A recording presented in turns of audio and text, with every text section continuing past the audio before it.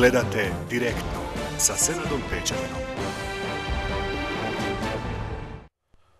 Poštovani gledalci, dobro večer. Vi pratite direktno. Tema večerašnje emisije je paraliza u funkcioniranju, odnosno u formiranju bosansko-hercegovačkih vlasti. Moji večerašnji gosti su gospodin Milan Šutalo, urednik portala Dnevnik Ba. Dobro večer. Dobro večer, Senade. I gospodin Asim Metiljević, kolega, urednik u magazinu Slobodna Bosna u Sarajevu. Dobro večer. Dobro večer. Hvala vam što ste se odazvali mom pozivu. Kao što ste možda čuli u najavi, već poštovani gledalci, sa nama je večeras trebao biti i gospodin Mirsad Đapo, kandidat za predsjednika Vijeća naroda Narodne skupštine Republike Srpske. Međutim, on nije sa nama. Zašto nije, otkriću vam na kraju emisije. Kao što sam rekao, tema večerašnje emisije je praktična paraliza sa kojom se suočavamo u formiranju vlasti u Bosni i Hercegovini. Skoro je 3 mjeseca prošlo od izbora. Vlasti, osim u Republici Srpskoj, kada se radi o vladi Republike Srpske, još uvijek nisu na pomolu, ni u federaciji, ni na nivou države. Evo za početak možda kratko izjašnjenje naših gostiju. Gospodine Metiljević, jeste li iznenađeni činjenicom da evo skoro 3 mjeseca nakon izbora još uvijek nemamo vlasti ni u federaciji, ni na državnom nivou? Pa ja sam malo, pripremajući za emisiju, malo sam pretraživao. Mislim da je ovo da nikad nismo ušli u novu godinu bez parlamentarne većine. Ovdje je problem što mi u ovom trenutku nemamo ni konture parlamentarne većine, nekamo li vladu.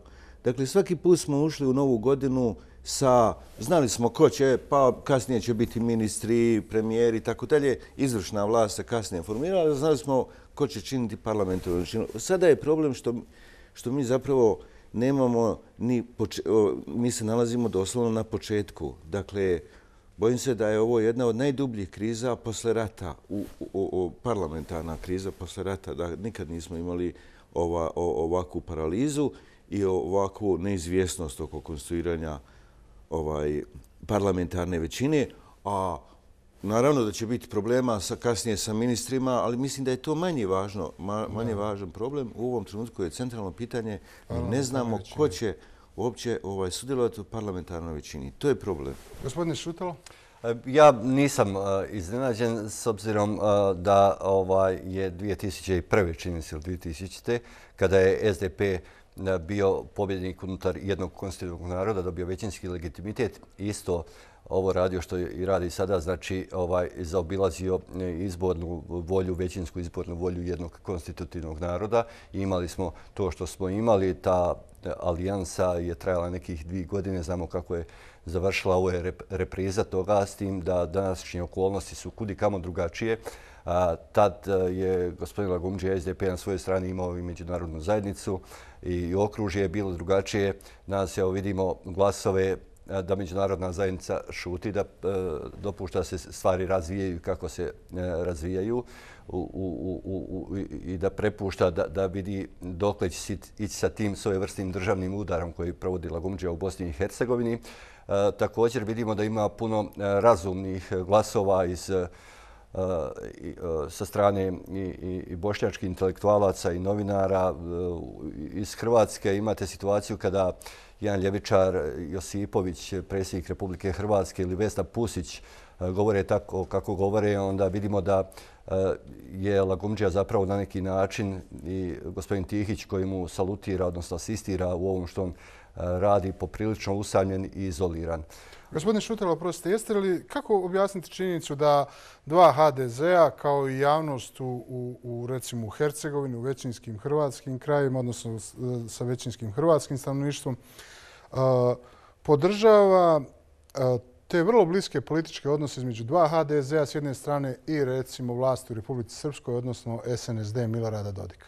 Pa mislim da je neko već rekao, da ne ispadne da ja to kažem, da je SDP napravio ono što nije uspio ni Zagreb ni Vatikan ujediniti 2 HDZ-a. On je također ujedinio i SNSD i SDS. Na koji način? Na taj način što je on odmah nakon izbora počeo, prvo je najprije proglasio sebe kao pobjednika. Znamo da Bosna i Hercegovina nije građanska država, već država 3 konstitutivna suverena naroda i da tu ne može biti jedan pobjednik, već 3 pobjednika. Međutim, on je sebe proglasio pobjednikom i kazao da on namjerava praviti vladu i da će sam birati s kim će praviti tu vladu. Dakle, odmah je počeo koketirati sa SDS-om, sa PDP-om. dakle, pokazivati namjere da zaobiđe tu legitimno je na izborima dat legitimitet SDS-u. Također je počeo koketirati sa Lijanovićevom strankom, HSP-om koji su dobili minoran broj hrvatskih glasača i naravno da onda imate jedan refleks i Dodika i Čovića koji su to pokušali spriječiti i Dodik je privukao sebi SDS, na isti način i gospodin Čović gospodina Ljubića. O tome ćemo malo kasnije. Molim vas samo za jedan kratak komentar prije nego što pogledamo jedan prilog koji smo pripremili za večerašnju emisiju. Kako gledate na činjenicu da je konstituirano Vijeće naroda Republike Srpske bez predstavnika bošnjačkih predstavnika u vrhu vijeća? Mislim da to nije dobro, da se treba poštovati, dakle, legitimna volja svakog od naroda i u Federaciji BiH i u Republici Srpskoj. I tu se pokazuje opet licemjerstvo i SDP-a koji evo sada kuka kako su tamo, nisu izabrani autentični Bošnjaci, a isto to gospodin Lagumdžija radi ovdje Hrvatima u Federaciji BiH. Evo, predlažem da pogledamo sada prilog našeg kolege Željka Raljića o tome šta se danas događalo u Banja Luci vezano za izbore u Vijeću naroda. Koristeći nedorečenosti poslovnika o radu Vijeća naroda Republike Srpske, Srpski i Hrvatski klub Ostali su 28. decembra u nastavku konstituirajuće sjednice izabrali rukovodstvo vijeća bez prisustva delegata iz kluba Bošnjaka. Za predsjedavajućeg vijeća izabran je Momir Malić iz reda srpskog naroda, čime je narušena dosadašnja praksa da na čelu Vijeća naroda bude Bošnjak u skladu sa ustavnom odredbom o konstitutivnosti naroda. Klub Bošnjaka i SDP BiH, koji je u dogovoru sa SDA i strankom za BiH na ovu funkciju kandidovao Mirsada Đapu iz SDP-a, najavio je žalbu Ustavnom sudu Republike Srpske. Prema odredbama člana 69 stav 4 Ustava Republike Srpske, 6 ključnih funkcija u izvršnoj, sudskoj i zakonodavnoj vlasti na entitetskom nivou treba da budu podijeljene tako da u jednom mandatu na tim funkcijama ne mogu biti više od 2 pripadnika jednog od konstitutivnih ili ostalih naroda. Dio opozicije u Narodnoj skupštini kao glavnog krivca za probleme u konstituisanju Vijeća naroda vidi SNSD, koji nije našao zajednički jezik sa SDP-om BiH oko formiranja vlasti na državnom nivou. Vidite, suštinski ovo je osveta SNSD-a SDP-u zato što je dao podršku Mladenu Ivaniću za ulazak u Dom naroda Parlamentarne skupštine Bosne i Hercegovine. To je suština, nemojmo se zavaravati. Predsjednik Narodne skupštine Republike Srpske Igor Radojičić tvrdi da prilikom konstituisanja Vijeća naroda Republike Srpske i izbora njegovog rukovodstva nije povrijeđen poslovnik o radu ovog tijela, niti Ustav Republike Srpske, jer Srbima, kako kaže, pripadaju 2 od 6 funkcija. Odgovornost za problem oko izbora rukovodstva vijeća zbog nepostojanja političkog dogovora između SDP-a i SNSD-a Radojičić prebacuje na Federaciju. I Federacija i Republika Srpska imaju kvotu od istih 6 mjesta i kvotu o tome da ne može biti više od 2 predstavnika konstitutivnih naroda ili reda ostalih na tih 6 funkcija. Mislim da nijednog trenutka u Federaciji nije ispoštovana bila ta norma.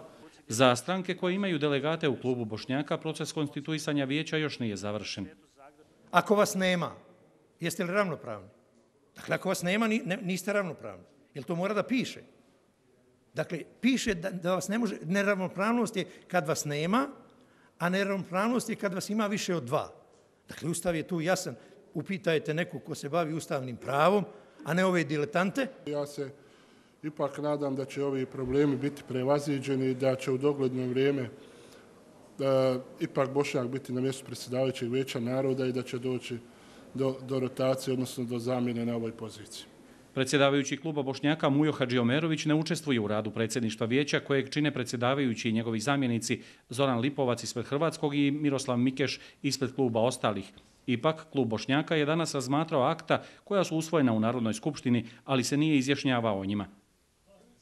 Nakon otklanjanja nedoumica oko toga mogu li klubovi potezati pitanje zaštite vitalnog nacionalnog interesa na odluke vijeća, Hadžiomerović je najavio pokretanje postupka kod Ustavnog suda Republike Srpske za ocjenu ustavnosti u slučaju izbora predsjedavajućeg Vijeća naroda, jer bošnjački delegati smatraju da je izborom Srbina za predsjedavajućeg povrijeđen nacionalni interes Bošnjaka. A naravno i ova procedura koja je za potpredsjedavajućeg nametnuta nam bez predlaganja kluba zaista ne stoji. To je grubo kršenje. Kad to sve zajedno sastavimo, grubo kršenje poslovnika i Ustava. Klub Bošnjaka ima rok do 4. januara da se izjasni o aktima koje je Narodna skupština usvojila u novom sazivu, ali će prije toga preduzeti još neke korake u cilju postizanja političkog kompromisa. Naravno, tražit ćemo posjetu i prijem kod visokog predstavnika gospodina Incka i drugih institucija koje bi nam u svemu ovome mogle pomoći.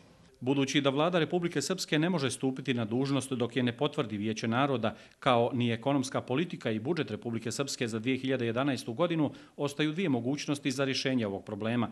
Politički kompromis na relaciji SNSD-SDP-BiH ili konačna odluka Ustavnog suda Republike Srpske o poštovanju odredbe o konstitutivnosti prilikom izbora rukovodstva Vijeća naroda Republike Srpske. Gospodine Metiljeviću, da li je ovakav odnos vlasti SNSD u Republici Srpskoj, odnosno Dodikove vlasti prema Bošnjacima, recimo sada konkretno u Republici Srpskoj, isključivo stvar odnosa u stvari prema SDP-u, Socijaldemokratskoj partiji, ili je to dio šire strategije? Pa, Dragan Čavić je malo prije rekao jednu konstataciju koja je jedna opasna simplifikacija. On kaže da je ovo osveta Dodika Lagumdži zato što nije podržao Mladena Ivanića. To je jedna banalizacija jednog vrlo ozbiljnog problema. Dakle, naravno da postoji personalni sukob između Lagumdžije i Dodika. Oni su se jedan drugog tužakali kod Međunarodne internacionale, kod porodice socijalističkih partija. Jedno vrijeme nisu uopšte komunicirali, među njima ne postoji privatno uzajamnog poštovanja i tako dalje. I to je jedan od problema. Ovo je jedan drugi problem. Kako smo mi uopće mogli doći u situaciju da Dodik može izabrati čovjeka koga nije predložio klub Bošnjaka, a da im postavi klub Bošnjaka. Dakle, ja se bojim da mi zanemarujemo jednu elementarnu činjenicu, da tamo u Republika Srpska funkcionira kao klasična građanska unitarna država, a najžešći prigovori unitarizmu dolaze iz Republike Srpske. Pardon, građanska ili nacionalna? Ona je i građanska, naravno, ali pri čemu su većinski građani Srbi. I tamo je važi princip jedan čovjek, jedan glas. Institucionalni mehanizmi zaštite Bošnjaka i Hrvata ne postoje. I ovo je dokaz. Ovo je vrh ledenog brijega. Jer na koncu, šta bi bilo da je izabran Mirsad Džapo? Znate šta bi se desilo? Ništa. Jer nikada nijedan vitalni interes nisu uspjeli zaštititi. Greška je napravljena 2000. godine kada su površno i pogrešno primijenjeni amandmani o konstitutivnosti 3 naroda. Tamo je napravljeno vijeće koje je surogat umjesto Doma naroda, a ovdje je napravljen Dom naroda. Mi smo dobili 2 ručne košnice, a tamo su skinute sve ručne košnice, tamo nema nikakve košnice. Svaki zakon koji želi Dodik ili bilo koji premijer može izglasati. Može izglasati zakon da se izbace svi Bošnjaci iz Republike. Bošnjaci nemaju mehanizma da formalno se zaštite. To je suština. I mi pristupujemo, ovo je simplifikacija da su sad, daj Bože da je samo problem u tome što Dodik nije slon Lagumdži i obratno. Mislite se radi o demonstraciji jednog ustavnog mehanizma koji omogućava... Jer mi u stvari sada, pazite u kakvoj smo mi došli situaciji. Je li moguće da mi živimo u državi 3 naroda žive u Republici Srpskoj i da oni zavise od dobre volje jednog čovjeka? Pa on nije ustao na lijevu nogu, nije danas raspoložen, on kaže, sad vas nema. Pa ne može to tako. To je suština problema. Ne postoje jednaki ustavni mehanizmi zaštite i do sada se pokazalo, ovo je 10. godina kako se primjenjuje, ne, 8. godina kako se primjenjuje, mislim 2002. godine. Da, 2002. To je 8 godina. Do sada nijedna odluka koju su potegli Hrvati i Bošnjaci u Republici Srpskoj nije poništena na Ustavnom sudu. Čiji je to sada problem, molim vas? Da li je to problem federacije, da li je to problem Bošnjaka i Hrvata ili je to problem države? To je problem... Ili SDP-a, recimo u ovom slučaju samo. Ja mislim da je to problem svih. Ako se sjećate, tada je visoki predstavnik Petrić insistirao na takvim ustavnim amandmanima. Tada su, istini radi, moramo reći da su tada te amandmane podržali i SDP i stranka za BiH, dok je ogorčeno protiv toga bio SDA, na čijem je čelu već tada bio Sulejman Tihić. On je tada vrlo pronicljivo vidio čemu to vodi. Imamo tačno ovu situaciju na koju je on tada upozoravao. Da. To je jedan stvar. Dakle, to je problem svih u Bosni i Hercegovini, između ostalog i međunarodne zajednice koja je olako preko toga prešla. Samo ajde, evo sad je došla nova vlast, alijansa, pa to će ljudi, pa vamo, pa tamo, pa to će sada krenuti ljubav među narodima, bratstvo, jedinstvo i tako dalje. I onda dođe jedan čovjek koji kaže ništa to ne važi, sad sam ja ljut i sada vi nećete dobiti ništa. Dakle, mi imamo i sada tu jedan problem koji je jako vezan za ovu našu glavnu temu oko konstituiranja vlasti. Dakle, Dodik ima sada takvu poziciju da kaže Lagumdži, ja tebe neću podržati, ti nećeš biti premijer. I Lagumdži nema nikakvog načina da to izbjegne. To niko ne može u Bosni i Hercegovini raditi osim Dodika. Jer ima entitetsko glasanje. Ja sam vidio i novu platformu koju su ove 4 stranke napravili, opet je ostalo entitetsko glasanje. Dakle, ključni mehanizmi kočnica demokratskom odlučivanju su ostali u federaciji i na državnom nivou, a sve su ručne kočnice i svi zapreke bilo kakve proceduralne, tamo ide sve glatko jer je princip jedan čovjek, jedan glas. Ali vidite, Asime, ako mogu samo ovdje intervenirati, prema Dejtonskom sporazumu, odnosno Dejtonskom ustavu BiH, u koji je Petrić intervenirao 2001. Odnosno Ustavni sud. Ustavni sud, pa je onda Petrić donio te amandmane. Dakle, oni nisu usvojeni nikad u demokratskoj proceduri. Nametnuti su. Sve što je nametnuto je loše zapravo. Republika Srpska je bila predviđena kao, i to stoji u Ustavu, entitet srpskog naroda i svih građana i tako dalje. Dakle, unitarna građanski entitet. A Federacija BiH kao država u kojoj su konstitutivni narodi, Hrvati i Bošnjaci. Dakle, i svih građana uvijek ima ona odrednica. Ona je složena od kantona. Odatle ali u preambuli stoji da su konstitutivni narodi. Ne. Tamo je bio konstitutivni narod. Tamo su bili samo Srbi, u federaciji samo Bošnjaci i Hrvati. Konstitutivnost je značila uvođenje Srba u federaciju kao konstitutivnog naroda i Bošnjaka i Hrvata u Republiku Srpsku. I način da mi dođemo do jednog ideala kojem trebamo težiti, građanske Bosne i Hercegovine, da imamo upravo to. Dakle, 3 građanska entiteta, dakle, sa većinskim hrvatskim, bošnjačkim, srpskim narodom, u kojem će biti osigurana posebna dodatna prava, iznad onog što su prava svih građana tog entiteta, za pripadnike manjinskih naroda. I da to bude na nekoj evropskoj razini. Puno bolje nego što imamo ovakvu situaciju kakvu imamo u Bosni i Hercegovini. Ali, gospodine Šutelo, vi mislite da je rješenje ovdje 3. hrvatski entitet?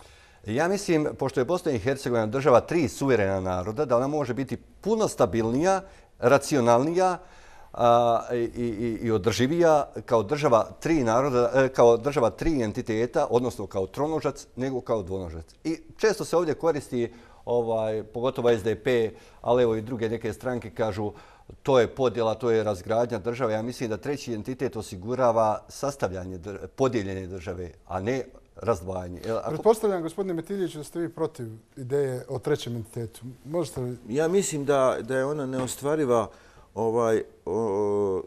iz više razloga, jer ona podrazumijeva razgraničenja, a razgraničenja nikada ne idu mirnim putem. Nikada i nigdje.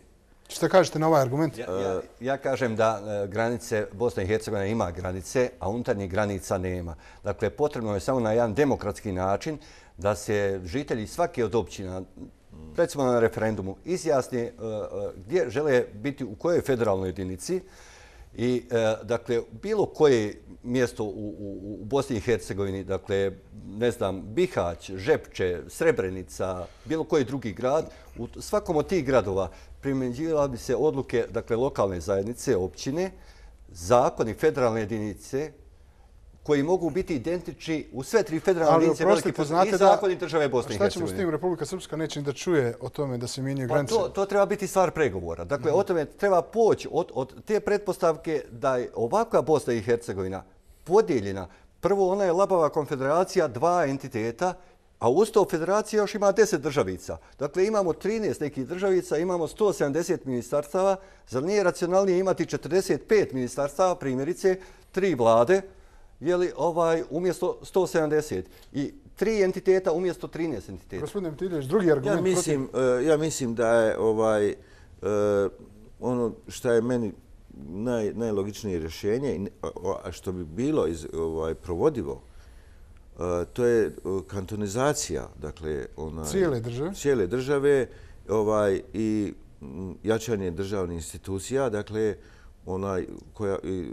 u mogućnost, naravno, da svi budu ravnopravni. Oprostite, molim vas, ne mogu da propustim priliku da vas ne pitam. Kad čujete ovakav jedan stav, evo, ako smijem da kažem da sada, govorite, osjećate bilo sredine u kojoj živite. Je li ovo za vas jedan bošnjački, hegemonistički, unitaristički, centralistički stav ili je to neki jedan od mogućih prijedloga za razgovor? Ne, to je jedan prijedlog za razgovor. Dakle, pitanje je samo sljedeće. Dakle, treba li nama 10 kantona ili je racionalnije imati manje kantona? Da, to je... Samo da li na nacionalnoj osnovi ili... Vi ćete svakako imati, dakle, u svakom od tih kantona jedan narod će biti većinski. Ne možete i napraviti nikako da drugo. Ono što je težnja i što je u genezi svakog naroda, to je institucionalizacija njihove slobode, odnosno ostvarenje suverenosti na određenom teritoriju gdje su većina i delegiranje na saveznu razinu onog o čemu se 3 naroda, recimo, dogovore kao njihova zajednička potreba.